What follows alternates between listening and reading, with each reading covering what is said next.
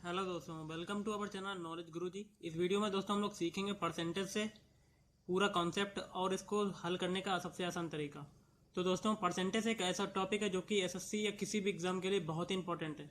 आप दोस्तों परसेंटेज की सहायता से काफ़ी चैप्टर सॉल्व कर सकते हैं, जैसे ratio and proportion, mixture and allegation और बाकी जितने भी चैप्टर हैं आप परसेंटेज के माध्यम से आसानी से सॉल्व कर सकते हैं। तो चलिए दोस्तों हम लोग सीखते हैं परसेंटेज का कॉन्सेप्ट।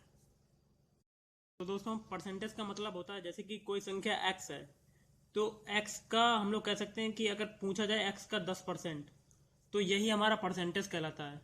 मीन्स ये वाला जो चिन्ह होता है ये हमारा परसेंटेज होता है। तो हम लोग इसको कह सकते हैं x बटे x इंटू 10/100। मीन्स अगर हर में 100 आ जाए और किसी संख्या का 10% निकाल दिया और हर में 100 हो तो वो हमारा परसेंटेज कहलाता है दोस्तों। तो में दोस्तों हम लोग कह सकते हैं कि परसेंटेज वह भिन्न है जिसका हर सदैव 100 होता है। तो जैसे कि x% है दोस्तों, तो इसको हम लोग लिखेंगे x/100। या कह सकते हैं 2% है अगर, तो इसको क्या करेंगे 2/100। तो भी यही हमारा परसेंटेज का कॉन्सेप्ट लग रहा है दोस्तों। तो इसकी सहायता तो दोस्तों चलिए हम लोग कैसे क्वेश्चन को सॉल्व करते हैं। तो दोस्तों हम लोग परसेंटेज का कॉन्सेप्ट और डिटेल में समझते हैं। जैसे कि कोई संख्या दोस्तों हमारी 100 है, x=100 है, तो इसमें दोस्तों 30% की प्रॉफिट मतलब 30% की वृद्धि हो रही है। तो नई संख्या क्या होगी दोस्तों? तो हम लोग पहले या तो 100 का 30% निकाल लेंगे दोस्तों और इसको काट देंगे, तो ये 30 आ गया दोस्तों। और 30 को हम लोग इसमें 100 में जोड़ देंगे, तो नई संख्या हमारी हो जाएगी दोस्तों 130। या कह सकते हैं कि 100 का अगर हम लोग 130% निकाल लें तो ये 100 कट जाएगा, तो हमारा आ जाएगा 130, नई संख्या आ जाएगी। और जैसे दोस्तों कोई संख्या x है और इसमें दोस्तों 30% की वृद्धि हो रही है, तो वो नई संख्या हो जाती है हमारी 112%। तो कितने परसेंट की वृद्धि हो रही है? 130% की वृद्धि हो रही है, तो नई संख्या, तो x का हम लोग 130% निकालेंगे दोस्तों, तो ये 100 हो जाएगा, परसेंटेज हटेगा। तो हमें निकालना है इसमें नई संख्या। पहली वाली संख्या क्या थी, तो हम लोग करेंगे x का 130% निकाल के उसको 112 के बराबर कर देंगे, तो हमारी नई संख्या आ जाएगी x = 112 इंटू 100/130। ये कट जाएगा। इसी प्रकार हमारा आ जाएगा 112/0/30। ये हमारी नई संख्या हो जाएगी दोस्तों। तो आप पहली संख्या भी निकाल सकते हैं और लास्ट संख्या भी निकाल सकते हैं इसी टॉपिक से। हम लोग परसेंटेज के क्वेश्चन को कॉन्सेप्ट की सहायता से सॉल्व करेंगे। तो हमारा दोस्तों पहला क्वेश्चन है, एक आदमी अपने वेतन का 65% खर्च करता है और प्रतिमाह 525 रुपये की बचत करता है, तो उसकी मासिक आय क्या होगी? तो इसको हम लोग सॉल्व करेंगे दोस्तों। हमेशा मासिक आय हम लोग 100 मानेंगे दोस्तों, और उसने 100 में कितना खर्च कर दिया? 65%, और बचा कितना रह गया? 35%। और बचत ये की है 35%, और उसने प्रतिमाह कितने रुपए की बचत की? 525। तो ये 35% इजकल टू क्या हो जाएगा? 525 रुपये। और पूछा गया क्या गया है उसकी मासिक आय क्या है, तो उसकी मासिक आय को हम लोगों ने माना था 100%, तो इसमें 100% की वैल्यू निकाल लेंगे x, क्रॉस मल्टीप्लाई करेंगे दोस्तों। तो x इजकल टू 525 इंटू 100/35। ये 5×7=35, ये कटा 5×1=5, 5×15, ये 7 से कटेगा, 7×1=7, 7×5=35, 15 का गुणा हम लोग करेंगे 100 में, तो ये हमारा आ जाएगा 1500 रुपये की, 1500 रुपये उसकी मासिक आय होगी। आई होप आपको दोस्तों ये समझ में आया होगा। इस कॉन्सेप्ट की सहायता से आप इस तरह के क्वेश्चन को आसानी से सॉल्व कर सकेंगे। चलिए दोस्तों हम लोग दूसरा क्वेश्चन हल करते हैं। हमारा अगला क्वेश्चन है, किसी संख्या को 20% घटाया गया, सॉरी बढ़ाया गया, फिर 20% घटाया गया, तब जो नई संख्या आएगी वो कितने परसेंट कम या ज़्यादा होगी? तो इसके लिए सबसे पहले हम लोग को वैल्यू पता होनी चाहिए कि क्या पहले घटा रहे हैं क्या बढ़ा रहे हैं। तो इसमें पहले बढ़ाया गया, पहले फिर घटाया गया, तो जब भी बढ़ाया जाए तो प्लस का चिन्ह लगाएंगे, उसके बाद फिर माइनस का, क्योंकि 20% घटाया जा रहा है, घटाने के लिए माइनस। तो इसके लिए दोस्तों एक फार्मूला होता है इफेक्टिव परसेंटेज का, तो ये होता है a + b + a × b/100। तो इसमें a की वैल्यू 20 मान लेंगे और b की वैल्यू 20 मानेंगे। तो इसमें क्या होगा, a है प्लस में 20 और दूसरा है b माइनस में 20, तो इसी प्रकार ये माइनस लग जाएगा, ये 20 × 20/100, ये 0 से 0 कट गए, और ये 20 से 20 कटा तो -4% कम हो रहा है दोस्तों। तो इसमें -4% की कमी आ रही है, तो यही हमारा आंसर हो जाएगा। तो हमारा अगला क्वेश्चन है, ए की आमदनी का 35% बी की आमदनी के 25% के बराबर है। तो दोनों की आमदनियों का अनुपात क्या होगा दोस्तों? तो हम लोग इसको कैसे सॉल्व करेंगे? तो ए की आमदनी का 35% बी की आमदनी के 25% के बराबर है, तो इनकी आमदनियों का अनुपात क्या होगा? तो ये हो जाएगा A into 35% upon 100 is equal to B into 25/100। ये 100 से 100 कैंसिल, तो ये हम लोग काटेंगे 55 25 5 7 35, तो A into 7 is equal to B into 5। इसी प्रकार हम लोग रेशियो निकाल लेंगे इसका, उसकी आमदनी का, फिर रेशियो आ जाएगा, अनुपात आ जाएगा। तो ये आ जाएगा ए अपॉन बी, इधर आएगा दोस्तों, और ये हो जाएगा 5/7, 5 ये 7 बटे में जाएगा। तो ए और बी की आमदनी का अनुपात आ गया दोस्तों हमारा 5/7, या हम लोग कह सकते हैं 5:7। ये हमारा अनुपात आ गया।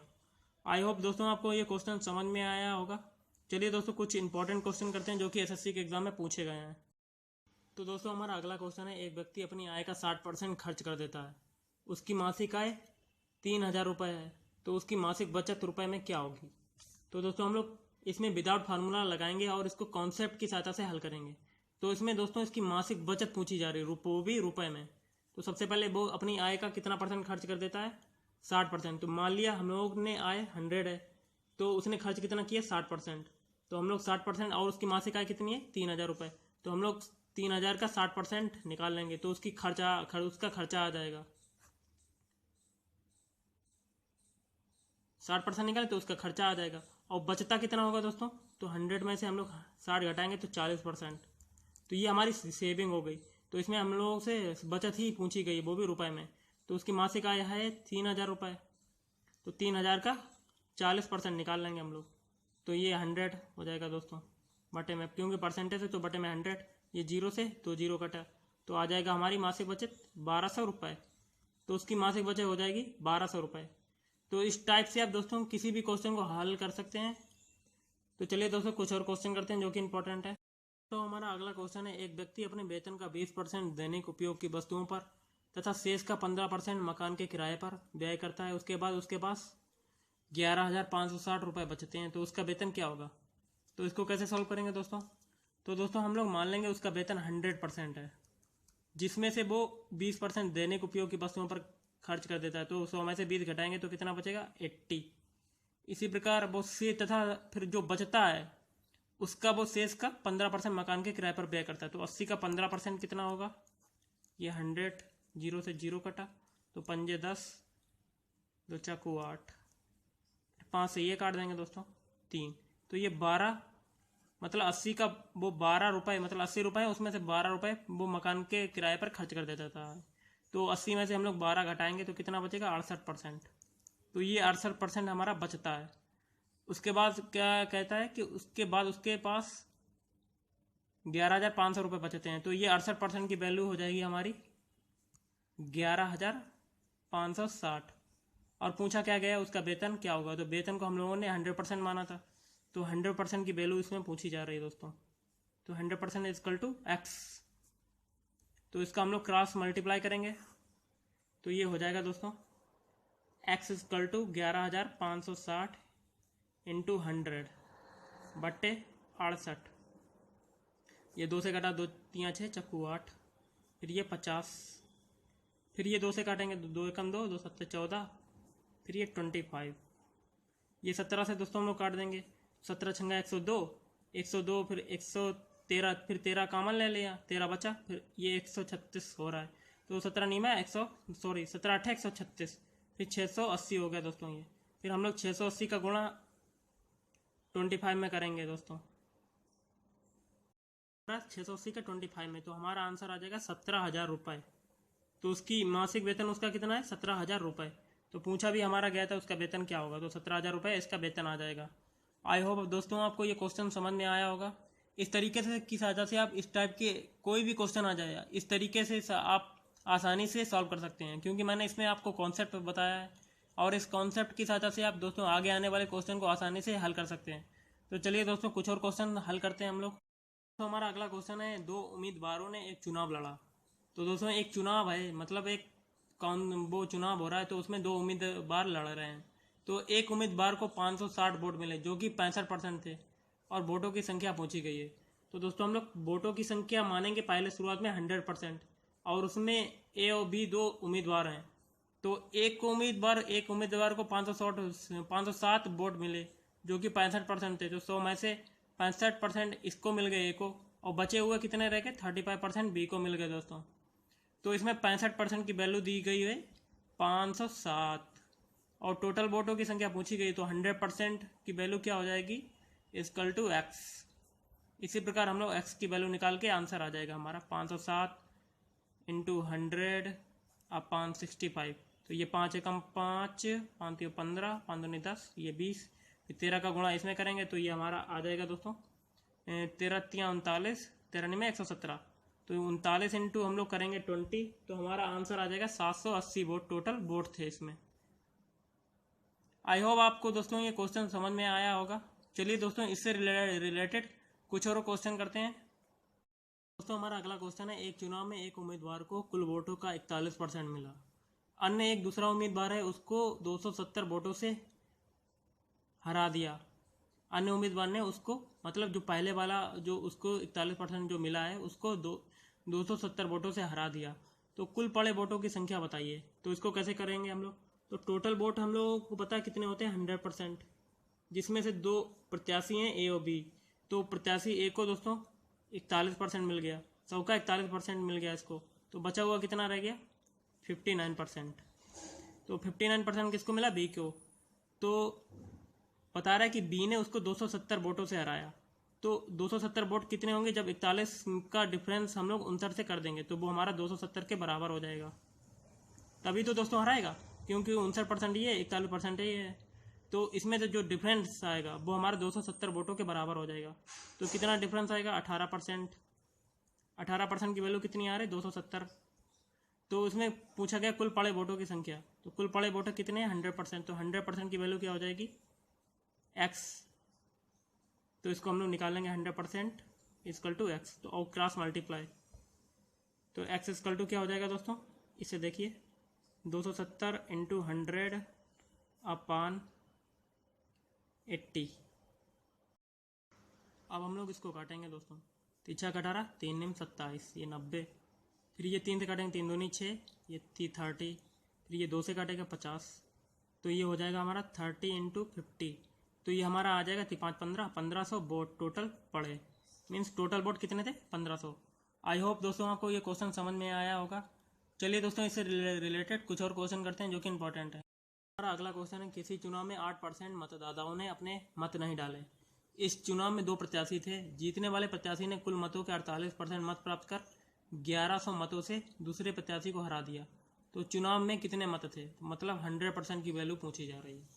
तो टोटल मत कितने होंगे दोस्तों? 100%, जिसमें से 8% मतदाताओं ने वोट नहीं डाले, तो ये कितना रह गया? 92%। तो इसमें जैसे कि दो प्रत्याशी ए और बी हैं, तो जीतने वाले जो प्रत्याशी मान लेंगे ए है, तो उसने कुल मतों का 48% मत प्राप्त कर लिया है। तो कुल मतों का मतलब टोटल मत का इसका 48% प्राप्त कर लिया है। तो ये 48% प्राप्त कर लिया है इसने दोस्तों। तो बचा हुआ कितना रह जाएगा? 52% किसी ने प्राप्त कर लिया दोस्तों। तो बचा हुआ कितना रह गया? 52%। और कह रहा है उसने 1100 मतों से दूसरे प्रत्याशी को हरा दिया। तो दोस्तों जो 1100 वोट होंगे तो इन दोनों के बीच का अंतर ही होगा, तो वो हमारा 1100 के बराबर हो जाएगा। तो 4% की वैल्यू कितनी आ गई? 1100। तो हमने इसमें पूछा गया चुनाव में कितने मत थे, तो 100% की वैल्यू दोस्तों हमसे पूछी जा रही है, तो इसको हम लोग एक्स मान लेंगे। तो 100% इक्वल टू एक्स, और क्रॉस मल्टीप्लाई कर देंगे तो ये हो जाएगा X equal to 1100 into 100 upon 4। Okay, अब हम लोग इससे काटेंगे 4 से, तो ये 25। तो ये हो जाएगा 1100 इंटू 25। तो हमारा दोस्तों आंसर आ जाएगा 27,500 टोटल मत थे। तो ये इस तरीके से आप किसी भी क्वेश्चन को आसानी से हल कर सकते हैं। तो चलिए दोस्तों कुछ और क्वेश्चन करते हैं जो कि बहुत ही इंपॉर्टेंट है। तो हमारा अगला क्वेश्चन है, किसी विद्यालय में कुल विद्यार्थियों का कुल 70% लड़कियां हैं और लड़कों की संख्या 510 हो तो विद्यालय में कुल विद्यार्थियों की संख्या बताइए। तो हम लोग दोस्तों टोटल स्टूडेंट है हम लोग मान लेंगे 100, जिसमें से 70% दोस्तों लड़कियां हैं। 100% मानेंगे टोटल, जिसमें से 70% क्या है गर्ल्स, और बॉय की संख्या फिर कितनी रह जाएगी, 100 में से 70 घटाएंगे 30%। तो लड़कों की संख्या कितनी है 510, तो इसमें 30% की वैल्यू कितनी हो जाएगी 510। तो विद्यालय में कुल विद्यार्थियों की संख्या बताइए। तो विद्यालय में टोटल विद्यार्थी कितने हैं 100%, तो इसमें 100% की वैल्यू पूछी गई है, तो इसको x मान लेंगे, क्रॉस मल्टीप्लाई कर देंगे। तो x = 510 × 100/30। ये 0 से 0 कटा, 3 एकम 3, 3 से 21, 170, तो ये हो जाएगा 1700 टोटल स्टूडेंट। इसकी सहायता से आप आसानी से इस टाइप के क्वेश्चन को हल कर सकते हैं। तो चलिए दोस्तों हम लोग कुछ और क्वेश्चन करते हैं। क्वेश्चन है, किसी स्कूल में लड़कों तथा लड़कियों की संख्या का अनुपात 4:1 है। तो यदि लड़कों के 75% व लड़कियों के 70% को छात्रवृत्ति मिलती है तो उन विद्यार्थियों को बताइए, उन विद्यार्थियों का प्रतिशत बताइए जिन्हें छात्रवृत्ति नहीं मिलती है। तो दोस्तों हम लोग टोटल स्टूडेंट मान लेंगे कितना 100% या 100 कह सकते हैं। तो जिसमें से रेशियो कितना दिया हुआ है 4:1। तो लड़कों की संख्या हम लोग निकाल सकते हैं, बॉय = 100 × अनुपात कितना है लड़कों का 4 बटे, और टोटल इसका कर देंगे 4 + 1, तो कितना आएगा 5 दूनी 10, तो ये आ जाएगा 80। 80% कह सकते हैं, 80 लड़के हैं इसमें, और तो गर्ल्स की संख्या कितनी हो जाएगी 20, जिसमें से 80% जो लड़के आए हैं उसमें से 75% को केवल छात्रवृत्ति मिलती है। तो 80 का हम लोग निकाल लेंगे 75/100, तो ये 0 से 0 कटा, तो 5 10, तो 4 8, फिर ये 5 से हम लोग काटेंगे, 5 एकम 5, 5 एकम 5 और 5 25, फिर 5 चक्कू 60, 15 चक्कू 60, 60% ऐसे लड़के हैं जिनको स्कॉलरशिप मिल रही है। इसी प्रकार लड़कियों में हम लोग निकालेंगे कितने परसेंट, 70% लड़कियों को छात्रवृत्ति मिलती है, वो भी कितनी संख्या 20 में से, तो 20 का हम लोग 70% निकाल लेंगे। ये 0 से 0, फिर 0 से 0, ये 14, तो 14% लड़कियों को स्कॉलरशिप मिल रही टोटल में से। तो ये टोटल कितना हो जाएगा 60 + 14 कितना हो जाएगा 74%। तो टोटल कितने दोस्तों 100, तो 100 में से हम लोग घटा देंगे तो कितना आ जाएगा 26% ऐसे स्टूडेंट हैं जिनको स्कॉलरशिप नहीं मिल रही दोस्तों। इस तरीके से तो दोस्तों आप इस टाइप के क्वेश्चन को आसानी से हल कर सकते हैं। तो चलिए दोस्तों हम लोग एक और क्वेश्चन करते हैं जो कि इम्पोर्टेंट है। दोस्तों ये हमारा लास्ट क्वेश्चन है। तो है, एक आयत की लंबाई 5% बढ़ाई गई जबकि चौड़ाई 10% बढ़ाई गई, इस प्रकार उसके क्षेत्रफल में कितने % की वृद्धि हुई होगी। तो इसको हम लोग हल करेंगे इफेक्टिव परसेंटेज के फार्मूले से। तो क्या होता है a + b + a × b/100। तो इसमें दोस्तों 5% बढ़ाई गई, तो मैंने बताया था कि जब ग्रोथ हो तो प्लस, तो a का मान कितना होगा 5 प्लस और b का मान 10 प्लस 5 × 10/100, ये 0 से 0 कटेगा, 5 दूनी 10, ये हो जाएगा 15 + 1/2। अब हम लोग एलसीएम लेंगे 2, तो ये 30 + 1 = 31/2, तो ये हो जाएगा दोस्तों 2 एकम 2, तो 5 10, 5 10, 15.5% की वृद्धि हो रही है इसमें।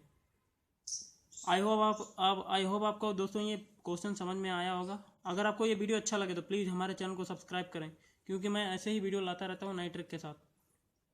और इस वीडियो को लाइक और शेयर करना ना भूलें। तो चलिए दोस्तों मिलते हैं अगले वीडियो में कुछ नई ट्रिक के साथ।